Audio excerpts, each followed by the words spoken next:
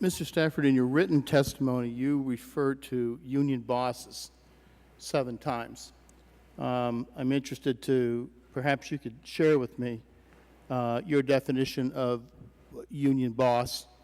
Would you say that Mr. Tate, Officer Thielen, and Officer Canterbury would fall into that category?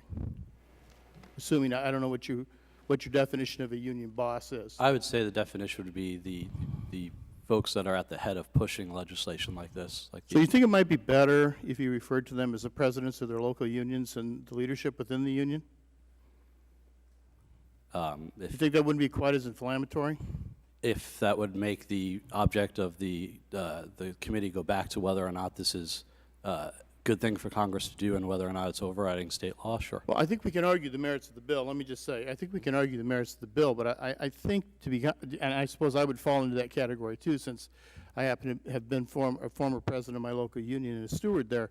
And it's just interesting to note, I sit on this committee and I keep hearing this term, big labor and union bosses, over and over again. And I just want to say, I think it's an honor to serve as a president of a local union and as a steward and representing ordinary people each and every day. And I thank you for what you do. Let me ask you this, Mr.